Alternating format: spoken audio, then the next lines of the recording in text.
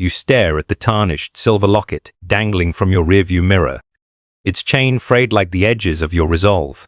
Inside, a faded photo of your mother, her res weary from years of factory work, smiles back at you, a relic from a life that feels like someone else's now. It's the only thing you kept from the old apartment in St. Petersburg, a small, stubborn anchor in the storm that's about to swallow you whole. The rain slicks the streets of Moscow, turning the neon signs into bleeding wounds on the pavement. You're driving a beat-up Lada, the engine coughing like an old smoker, heading to a meeting you never wanted.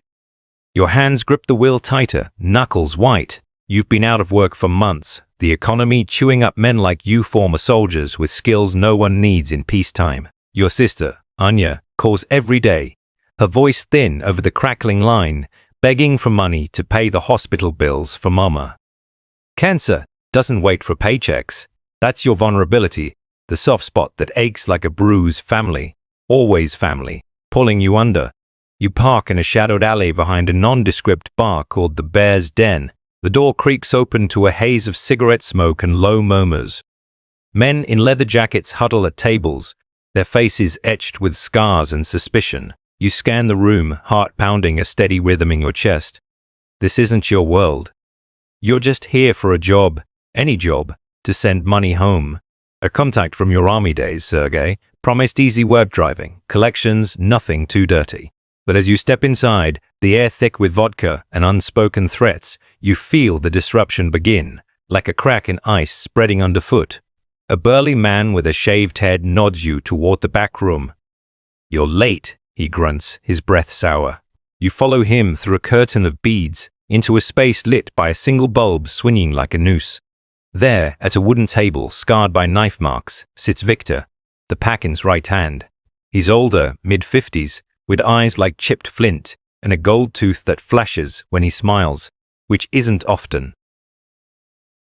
Sit, Victor says, not looking up from the stack of papers he's rifling through. You obey, the chair scraping against the floor.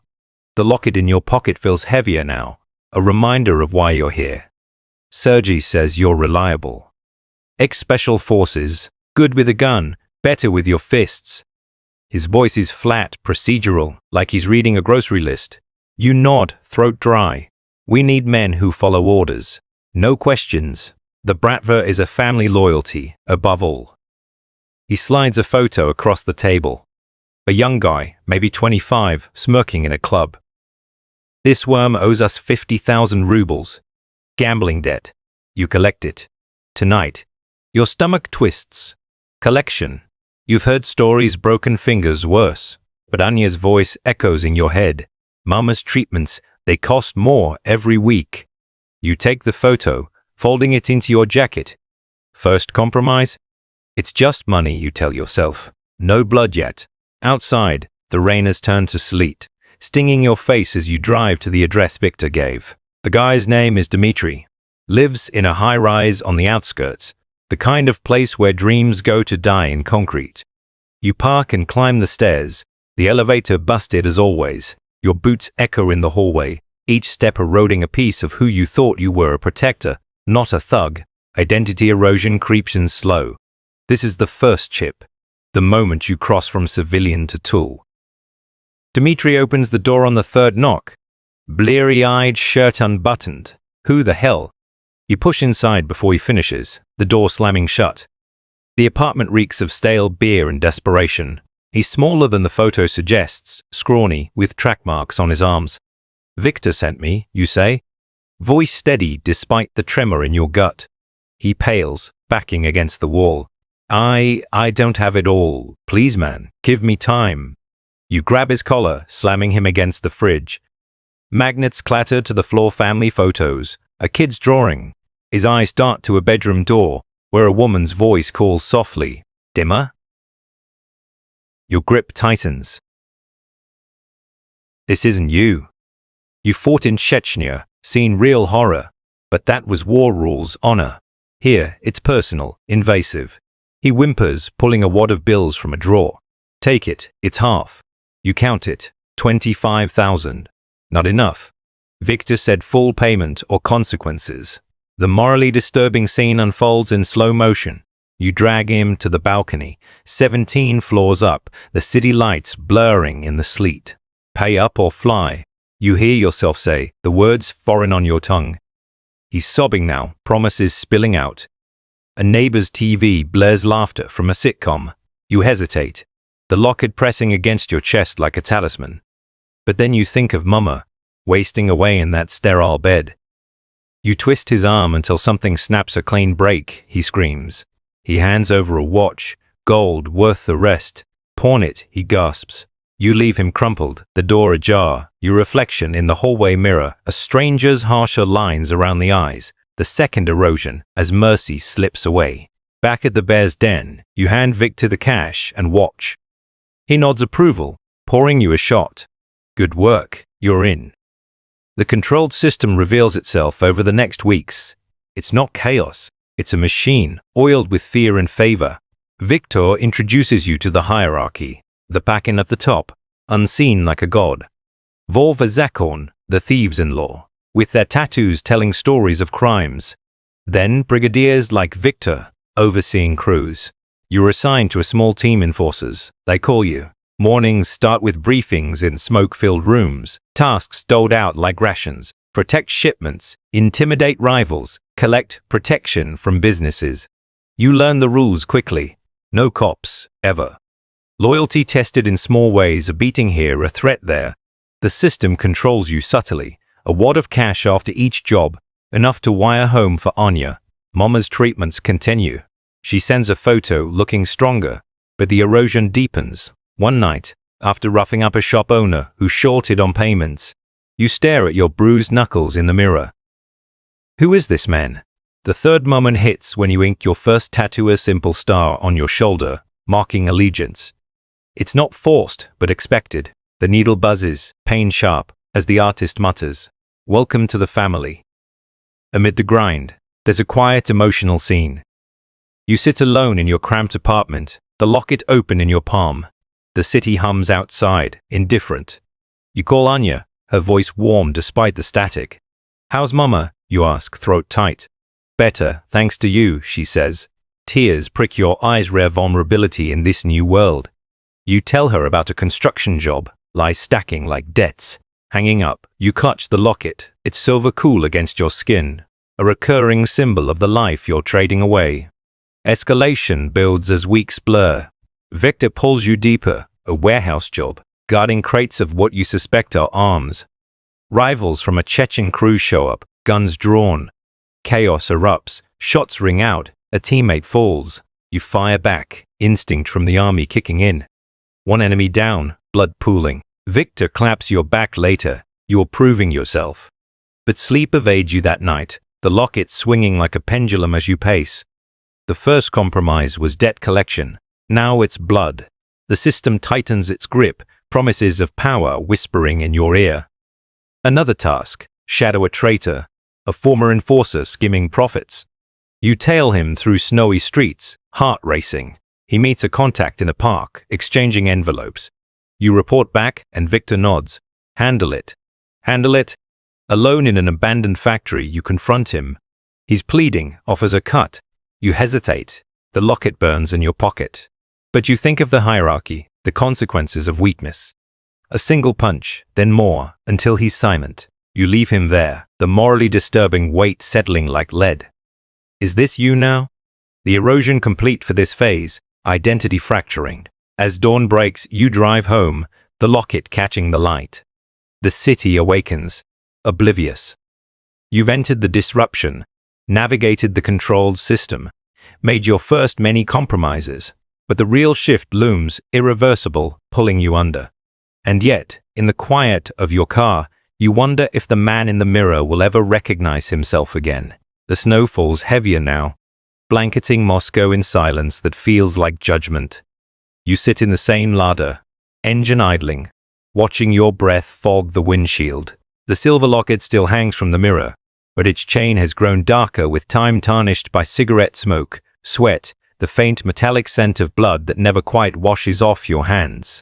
Months have passed since that first collection job.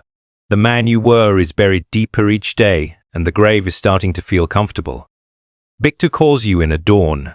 The bear's den is empty, except for the cleaner mopping last night's sins from the floor. Victor waits in the back, nursing black coffee. No small talk anymore. The Pakan wants to see results, he says. There's a problem with the Chechens. They hit one of our trucks last night. 2 of ours dead. We head back. Tonight. You lead. You don't argue. You never do anymore. The system has trained that out of you questioning is weakness. Weakness is death. You nod once, already calculating routes, weapons, exit points. Inside something twists, but it's dull now. Like pressing on an old scar, the irreversible moral shift begins here, not with a single act, but with the quiet acceptance that this is simply what the job requires. That evening you meet the crew in a disused garage on the industrial edge of the city. 4 men, Kostya, the twitchy ex-con with prison tattoos crawling up his neck. Marat, broad and quiet, good with a knife. Dima, the youngest, still trying to look hard, and you the one they now call the soldier. You brief them in low voices. 2 cars, black market Kalashnikovs, balaclavas. Target, a Chechen safe house in Biril-Yovo where the men who ambushed the truck are supposedly celebrating. No survivors. The order comes straight from above. The drive is quiet. Snow crunches under tires. You keep one hand on the wheel, the other resting on the pistol in your lap. Kostya cracks jokes to break the tension, but no one laughs. You feel the weight of a locket against your chest again. Your recurring anchor, the one thing that still belongs to the man who used to send birthday cards and fix leaky faucets for his mother. Tonight it feels like an accusation. You arrive after midnight. The house is a squat 2-story brick building. Lights on in the ground floor windows, laughter leaking through the curtains. You park a block away. Signals. 3 short flashes. The team moves like shadows. You go first, boots silent on fresh snow. At the door you pause, listening. Voices inside, speaking Chechen, glasses clinking. Your pulse is steady. Army training never leaves you, but your mind flickers to Anya's last call. She said Mama smiled for the first time in weeks. Because of the money you send. Because of this life. You kick the door in. Chaos erupts. Shouts, overturned chairs, muzzle flashes. You fire twice en masse. 2 men drop before they reach their weapons. Kostya sprays the room, glass shattering. Marat moves to the stairs. Someone screams in pain. You step over a body, blood warm on your boots, and clear the kitchen. A 3rd man lunges from behind the counter with a knife. You sidestep, slam the pistol butt into his temple, then fire once into his chest when he tries to rise. The room falls quiet except for the ringing in your ears and someone gurgling on the floor. You find the last one hiding in a closet. Young, barely older than Dima. He's trembling, hands up, begging in broken Russian. Please, I have a daughter. You raise the pistol. Your finger tightens. Then you see it. A small silver pendant around his neck. Almost identical to your locket. Same cheap chain, same oval shape. The sight hits like a blade between ribs. For one heartbeat, you are back in St. Petersburg, watching your mother fasten that same locket around her neck before every night shift. You lower the gun. Kostya appears behind you. What the fuck are you doing? Before you can answer, he steps forward and shoots the kid point blank. The body slumps.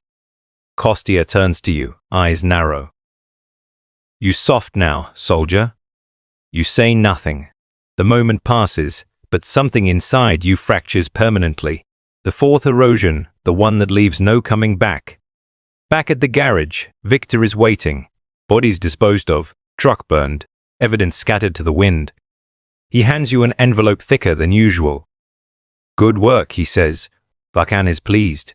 The praise lands like ash.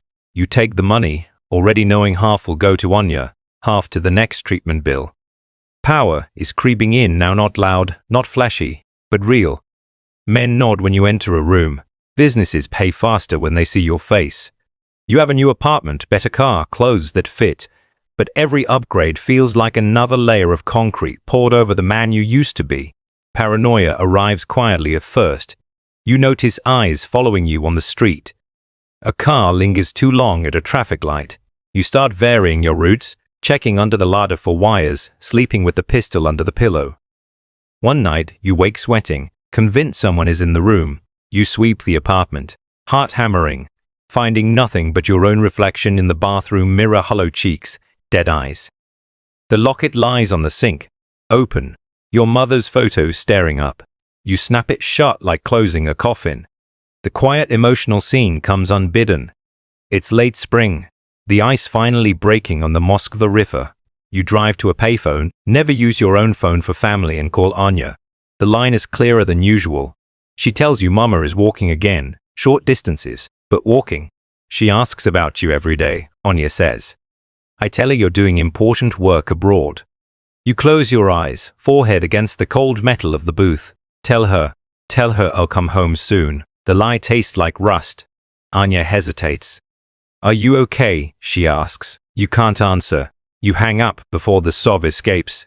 Identity erosion accelerates. You catch yourself using the same flat tone Victor uses, orders, not requests. You stop flinching at beatings. You start enjoying the fear in a debtor's eyes, not the cruelty but the control. One afternoon, alone in the new apartment, you stand before the mirror and remove your shirt. The tattoos have multiplied, stars, crosses, a dagger through a rose. Each one a milestone of descent. You trace the newest black spiderweb on your elbow, earned after the Chechen job. You no longer recognize the skin beneath. The final escalation arrives in winter again. A rival faction, Georgians, this time moves on your territory. They bomb a nightclub the Bratva owns. 12 dead, including civilians. The Pakan demands blood for blood. Victor gathers the crew. We take their leader, alive if possible, dead if necessary. You are chosen to run point. The plan is surgical. Kidnap him from his dacha outside the city. Bring him to a warehouse for questioning. You arrive at 3 in the morning. The dacha is quiet. Guards minimal. You slip inside with Marat. The leader is asleep beside a woman half his age. You press a silenced pistol to his temple. He wakes slowly, eyes widening. Easy, you whisper. Come quiet, you live longer. He complies. But as you drag him down the hall, his wife screams. She grabs a lamp, swings it at Marat. He shoots her without hesitation. The sound is deafening in the small space. The leader roars, fights. You slam him against the wall, cuff him. Blood on the carpeters, bright and spreading. In the warehouse, under a single hanging bulb, they work on him. You stand guard at the door, listening to the wet sounds of fists and metal. When they finally let you in, he's barely conscious, teeth scattered on the concrete. Victor looks at you. Finish it. You hesitate. The locket's suddenly heavy, burning against your skin, but the eyes of the crew are on you. Loyalty. Family. The system. You raise the pistol. One shot. The body jerks once and stills. You walk outside into the snow. The cold bites your face. You open the locket, stare at your mother's face for a long minute. Then you close it, slip the chain over your head, and drop it into the nearest storm drain. It falls with a faint metallic clink, swallowed by darkness. The man who once carried it is gone. You drive back into the city, snow swirling in the headlights. The streets are empty. The system continues endless, indifferent, hungry. You are part of it now, a cog polished smooth by compromise. There is no escape, only deeper entanglement, or perhaps collapse, when the weight finally crushes what little remains. But tonight, you keep driving. This is a work of fiction. Any resemblance to real persons or events is coincidental and unintentional. If this story resonated, type "more like this" for another descent.